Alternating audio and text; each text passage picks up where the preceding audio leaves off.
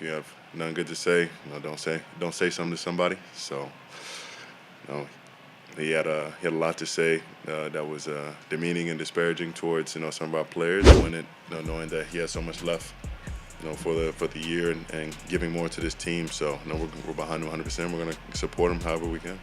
Okay, so Jerry Jeudy is catching major backlash for his blow-up on the sideline with Shedeur Sanders. And I agree, he was out of pocket for yelling. Jerry Jeudy is under fire after a heated sideline incident where he was caught yelling at Shedeur Sanders, pointing fingers at the young quarterback for mistakes that weren't his fault. Now, Myles Garrett has stepped into the conversation, and he's not holding back. Garrett publicly questioned Judy's actions, making it crystal clear he doesn't understand why the receiver would go after Shedeur like that. Garrett emphasized that the entire team is rallying around Sanders, and they're standing firmly behind their quarterback during this turbulent moment. One thing's for certain, Jerry Jeudy won't escape the fallout from what went down on that sideline.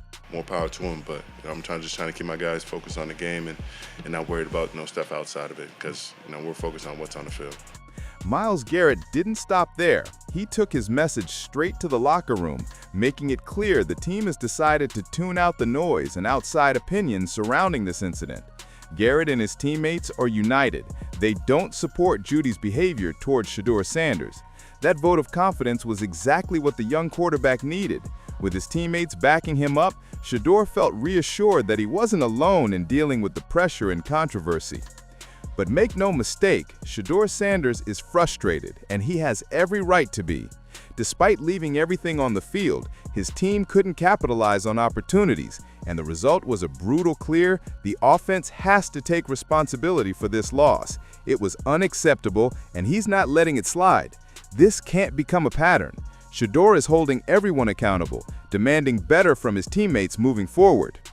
I think overall, I just gotta have more of a role like that and be better at that.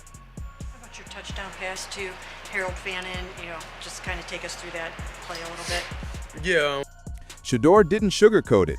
He felt the team lacked confidence, and the plays they attempted just weren't executed with enough conviction. The offense looked shaky, and even though everyone knew what needed to be done, they couldn't deliver when the game was on the line. Sanders stressed the importance of staying together through adversity, but that unity simply wasn't there in this matchup. As a result, the team fell short. His words reflected deep frustration with teammates who didn't step up when he needed him most. Confident, whenever we are getting slow. It's about rallying the guys, and I didn't do a great job of that today. Rallying everybody together whenever things aren't going our way, and staying that. Shedeur Sanders was brilliant at quarterback in this game, delivering some jaw-dropping throws, but his team didn't hold their end of the bargain. At times, questionable coaching decisions seemed to contribute to the struggle. One glaring example came in the red zone when Stefanski made a puzzling call. He pulled Shedeur out and handed the ball to Judkins, who was getting physically dominated by the 49ers defense. It was obvious Judkins couldn't match their intensity and strength, yet Stefanski kept going back to him instead of letting Shedeur stay on the field and lead the offense, a decision that ultimately backfired. Shedeur played at an elite level, making several spectacular throws under pressure, but his supporting cast let him down. And yes, coaching choices played a role in the team's struggles. That red zone sequence was a prime example. Stefanski's decision to take the ball out of Shedeur's hands and give it to a struggling Judkins proved costly. Judkins simply couldn't handle the physicality of San Francisco's front seven. Instead of riding with his hot quarterback, Stefanski made a call that didn't pan out. Shedeur's frustration with Judy, completely justified. He was playing lights-out football, but players like Judy made his job harder than it needed to be. Even when Shedeur was executing at a high level, Judy couldn't match his energy. Take the Browns' very first play as an example. Shedeur read the defense perfectly, saw the pocket of space opening up in front of Judy, and delivered a perfectly timed pass right into that window. But instead of attacking the open area, Judy inexplicably slowed down, turning what should have been an easy completion into an incomplete pass that hit the turf.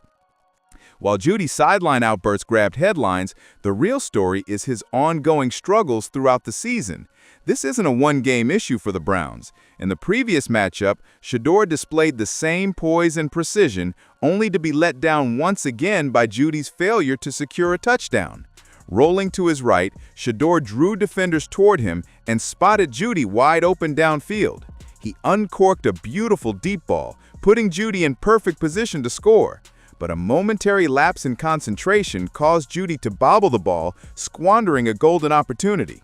The throw was flawless, showcasing Shedeur's ability to deliver under duress, but Judy couldn't finish the play.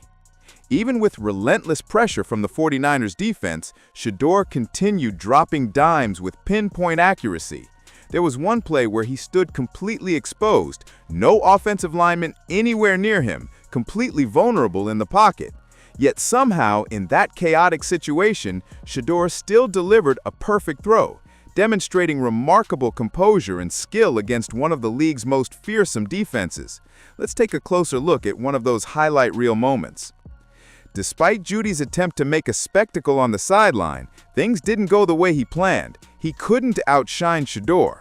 Recognizing Sanders' talent and mental toughness, Stefanski made his position clear. He's all in on Shedeur moving forward. He publicly announced that Sanders would start the next game, acknowledging what the quarterback brought to the table. Even in a losing effort, Sanders' ability to perform under fire was undeniable, and Stefanski made sure he got the credit he deserved. His performance was the brightest spot in any otherwise disappointing game, and Stefanski confirmed that Shedeur would remain the starter going forward. Kevin, did you think that Shedeur built on his first start last week against the Raiders? Yeah, I'd have to look at it, Mary Kay. Obviously, he's battling like all of our guys are battling. I know there's plays he wants back, but we'll look at it. We'll correct it. Will you start him next week? Yes. In conclusion, the events surrounding Shedeur Sanders, Jerry Jeudy, and the Browns' Week 13 loss to the 49ers tell a story of frustration, accountability, and resilience in the face of adversity. Shedeur's performance at quarterback was nothing short of impressive. He delivered difficult throws with exceptional accuracy, even while absorbing punishment from one of the NFL's most dominant defenses. Despite his obvious talent and composure under pressure, Shedeur's efforts were repeatedly undermined by his teammates, particularly Judy, whose drops and sideline theatrics became a focal point of the game's aftermath. Judy's actions, especially the sideline confrontation where he yelled at Shedeur, sparked controversy and drew criticism from Myles Garrett and others who voiced their support for Sanders. It became clear that the team's internal dynamics were under strain, and Shedeur's frustration with Judy was completely warranted.